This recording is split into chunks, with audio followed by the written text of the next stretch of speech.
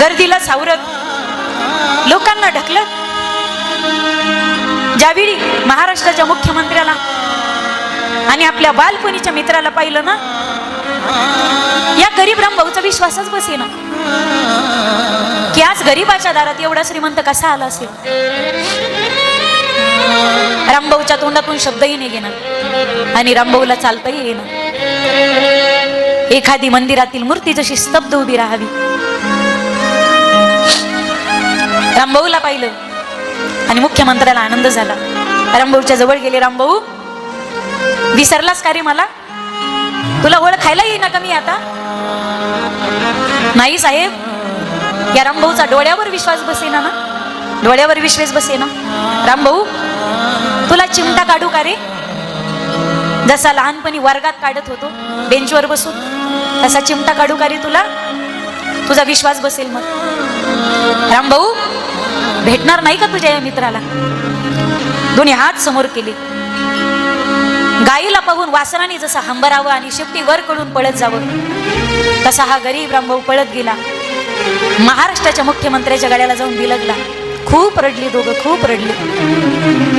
मुख्यमंत्र्याच्या अश्रूंनी रामभाऊचा रुमाल भिजला होता खांद्यावरचा, आणि रामभाऊच्या डोळ्यातली अश्रूंनी मुख्यमंत्र्याच्या अंगावरचा खादीचा कोट भिजला होता.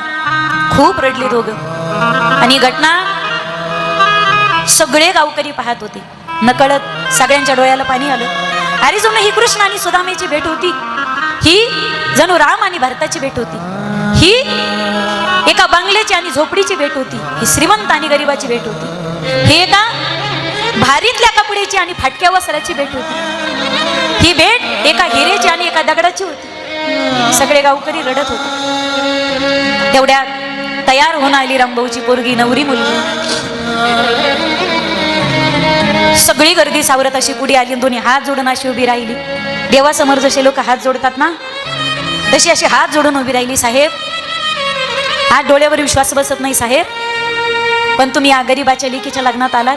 नाही, मी मित्राच्या मुलीच्या लग्नात आलो. साहेब, आम्हाला खोटं वाटायचं हो. आमचे वडील सांगायचे ना, मुख्यमंत्री झालाय ना महाराष्ट्राचा, रामभाऊचा मित्र येतो. आम्ही वडिलांना वेड्यात काढायचं. हो, सगळे तुमचेच मित्र आहेत पुढारी. तुमचा जर मित्र मुख्यमंत्री, बाबा तुम्हाला जशी आठवण येते तशी त्याला तुमची आठवण काही येत नाही हो. त्यावेळी आमचे वडील म्हणायचे, आठवण काढण्यासाठी काही एक आहे का? त्याला सगळ्या महाराष्ट्राची चिंता आहे. खोटं खोटं मानत होतो साहेब. मरेपर्यंत इथे उभे असलेले सगळे लोक मरेपर्यंत माझं लग्न कधी विसरणार नाही साहेब, माझं लग्न कधी विसरणार नाही. शेवटी लग्न लागलं. साहेब, तुम्ही निघताय लगेच साहेब? तुमची कुठं जेवणाची फराळा पाण्याची व्यवस्था करू का साहेब, एखाद्या हॉटेलला? कसं बोलतोय तू रामभाऊ? स्वतःच्या पोरीच्या लग्नात बाप कुठे हॉटेलला जेवत असतो का? बाप हॉटेलला, तुझी पोरगी काय माझी पोरगी काय? आपल्याला हे जेवण चालेल का साहेब? हे जेवण चालेल आपल्याला?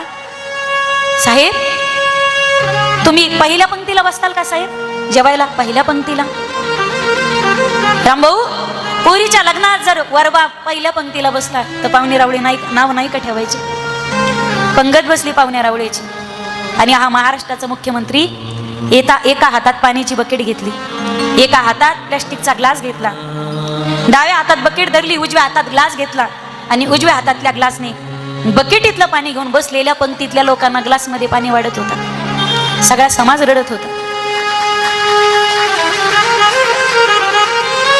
एखादी काल्पनिक कथा, काल्पनिक कथा. जर तुम्हाला मुख्यमंत्री जर चांगला वागला तर इतकी रडवू शकते.